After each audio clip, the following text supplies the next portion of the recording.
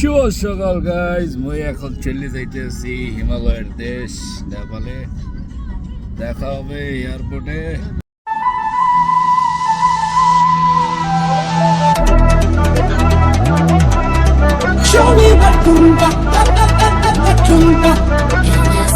Boarding pass নিয়ে নিয়েছি। এখন হচ্ছে আমাদের ফ্লাইট ছিল 12:30টার, এখন আমাদের বিমান ডিলে করেছে। এখন রাত 8:30টায় হচ্ছে ফ্লাইট। এখন এই অবসর সময়টা কিভাবে কাটাবো, আমাদের সিটি ব্যাংকের অ্যামেক্স কার্ড ছিল, সেটারই হচ্ছে বুফেতে চলে আসছি। সো এখানে খাওয়া দাওয়া শেষ করে এই অবসর সময়টা কাটিয়ে দেন হচ্ছে বিমানে উঠবো সোজা কাঠমান্ডু। দেখা হচ্ছে কাঠমান্ডুতে।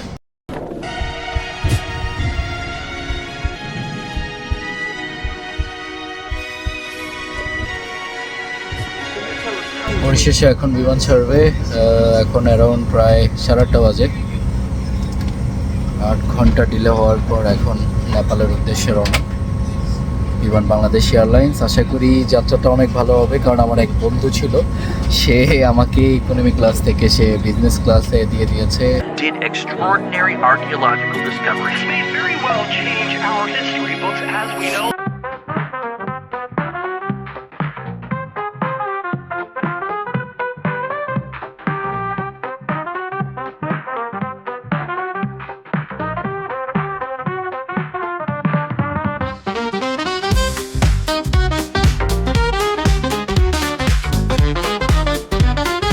এটা প্রচুর পরিমাণে ঠান্ডা, অনেক ঠান্ডা, প্রায় feel like 3 degree Celsius.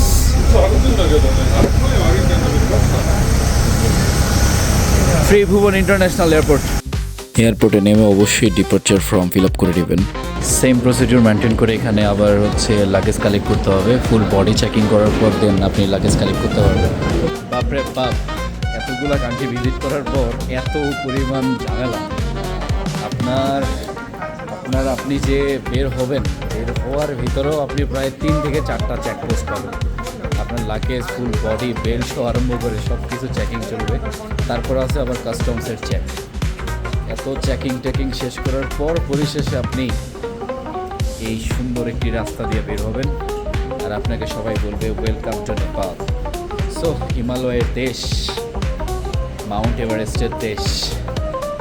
So ভালো কিছু অপেক্ষা করছে, দেখি আপনাদেরকে নেপালের এই সুন্দর মুহূর্তে কি দেখানো যায়।